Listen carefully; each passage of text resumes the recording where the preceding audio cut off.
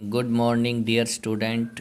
Subhash school Shava की online classes में आपका स्वागत है। मैं पवन शर्मा लेकर आ रहा हूँ आज की ऑनलाइन क्लासेज।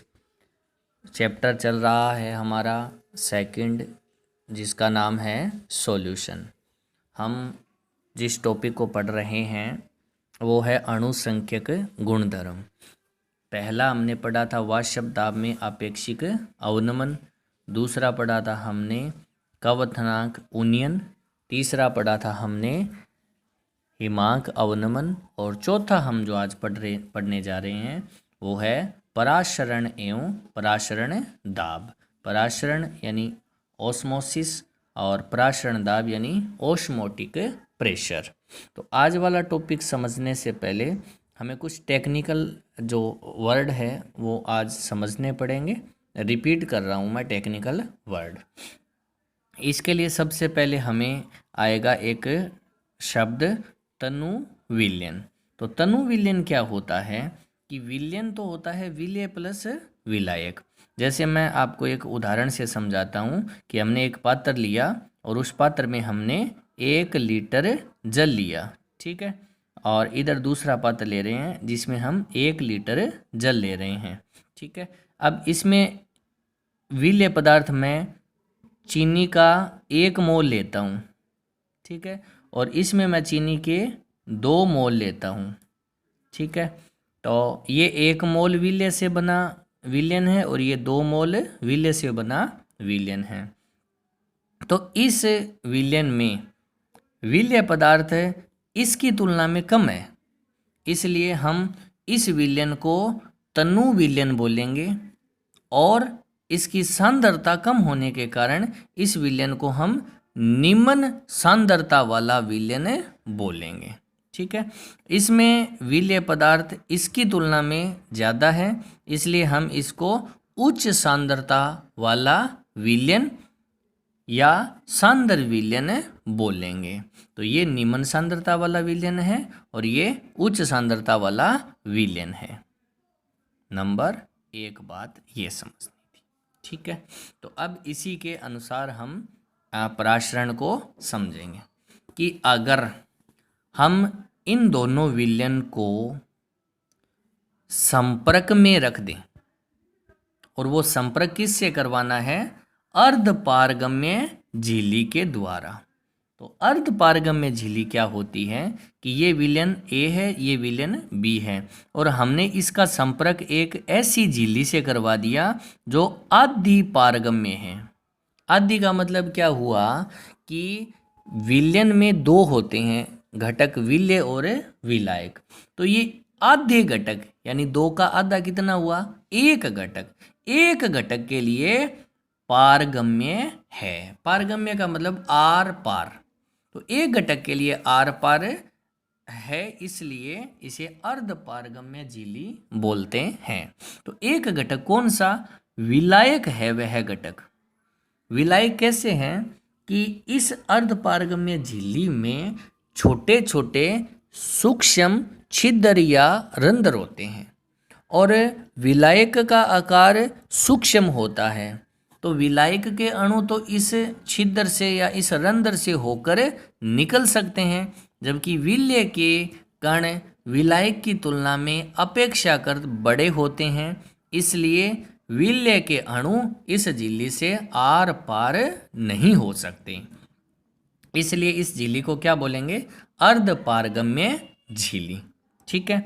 अब हम पराशरण की डेफिनेशन देखते हैं कि जब निम्न सांद्रता वाले विलयन से, ये निम्न सांद्रता वाला विलयन है, से विलायक, क्योंकि इसमें विलय भी है और विलायक भी है, तो निम्न सांद्रता वाले विलयन से विलायक अर्धपारगम्य झिल्ली द्वारा उच्च सांद्रता यानी पास वाला क्या है? उच्च सांद्रता विलयन की तरफ प्रवाहित होते हैं, तो इस घटना को परासरण कहते हैं। समझिए कि ये निम्न सांद्रता वाला विलयन है, इसमें विलायक कौन है? जल, ठीक है। विलायक के अणु अपनी इस विलयन से इस विलयन की तरफ जाते हैं तो इस जाने की घटना को क्या कहते हैं? परासरण कहते हैं। परासरण ग्रीक भाषा का शब्द है जिसका अर्थ होता है ओस्मोस यानी धकेलना। तो इस विलयन से विलायक के अणु धकेले जा रहे हैं किस विलयन की तरफ? उच्च सांद्रता वाले विलयन की तरफ। इस घटना को क्या कहेंगे? परासरण। अब परासरण दाब क्या होता है वो समझना है। ठीक है, परासरण दाब ध्यान से समझिएगा कि इस विलयन में विलेय पदार्थ कम है, विलायक ज़्यादा है। अब विलायक के अणु किसी न किसी दाब के कारण इस बी विलयन की तरफ जाएंगे, बी विलयन की तरफ जाएंगे। तो ये विलायक के अणु इस विलयन में जाते रहेंगे, जाते रहेंगे, जाते रहेंगे। हम क्या करेंगे? इस बी विलयन पर एक पिस्टन लगाकर इतना अतिरिक्त दाब डालेंगे जिससे ए विलयन के विलायक बी विलयन में आना बंद कर दे। तो हमने जो बी विलयन पर जितना एक्स्ट्रा या अतिरिक्त दाब लगाया है जिसके कारण विलायक के अणु बी विलयन में आना बंद हो जाते हैं, वह बाह्य दाब परासरण दाब कहलाता है। क्या कहलाता है? परासरण दाब कहलाता है। ठीक है, तो परासरण दाब की परिभाषा क्या हुई कि विलयन पर लगाया गया वह बाह्य दाब जो उसमें अर्धपारगम्य झिल्ली से विलायक के अणुओं के प्रवाह को रोक देता है, परासरण दाब कहलाता है।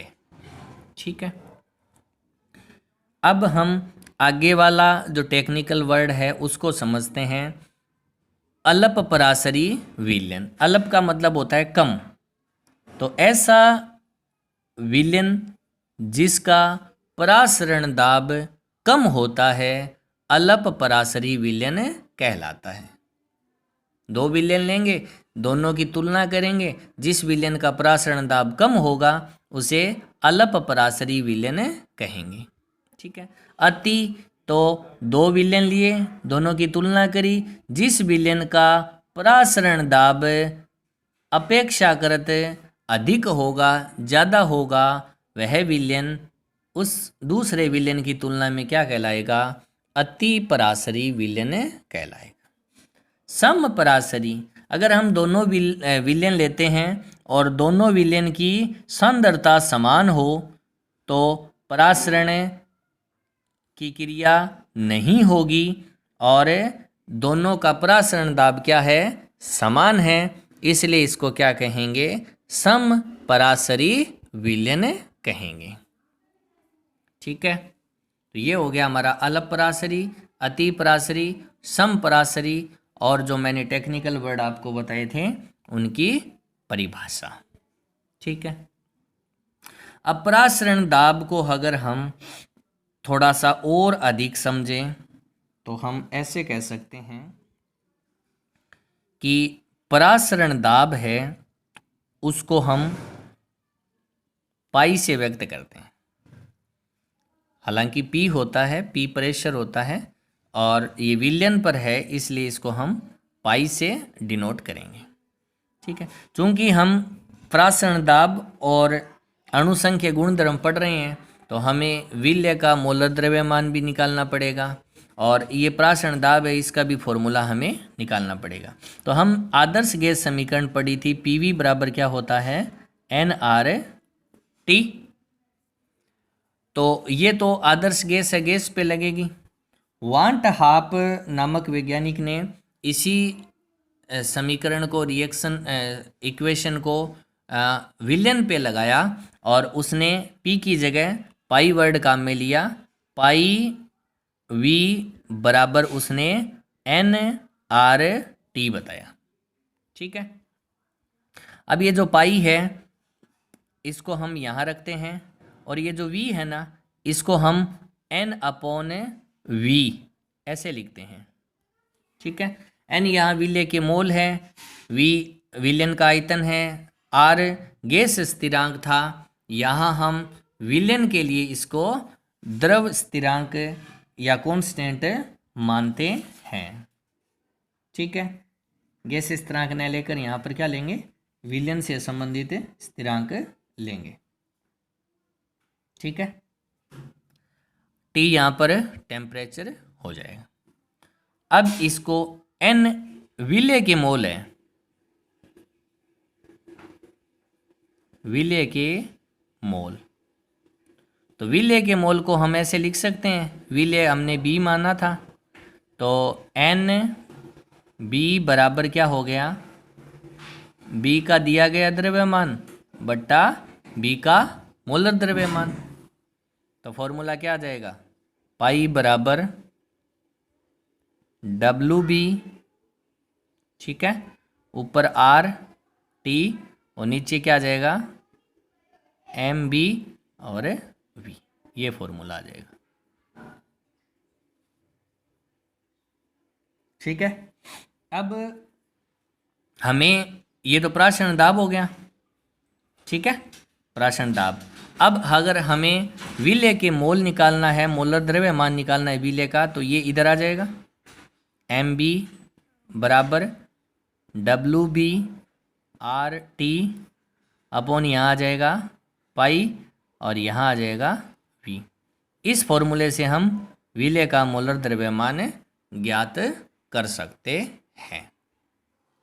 तो आज की क्लास जो थी वो उसमें जो टेक्निकल वर्ड थे उनको समझना था और उन्हीं के आधार पर ये टॉपिक है वो आसानी से हम समझ पाएंगे। ठीक है, इससे संबंधित एक डेफिनेशन जो कि वेरी इम्पोर्टेंट होती है वो और हम समझ लेते हैं। यहाँ है एक नाम आता है व्युत्क्रम परासरण। व्युत्क्रम परासरण का मतलब होता है अंग्रेजी में रिवर्स ओस्मोसिस। रिवर्स का मतलब होता है उल्टा, यानी परासरण का उल्टा। तो परासरण की क्रिया हमने अभी समझी थी कि जो निम्न सांद्रता वाला विलयन है उसमें से विलायक के अणु उच्च सांद्रता वाले विलयन की ओर जाता है, इसे तो परासरण कहते हैं।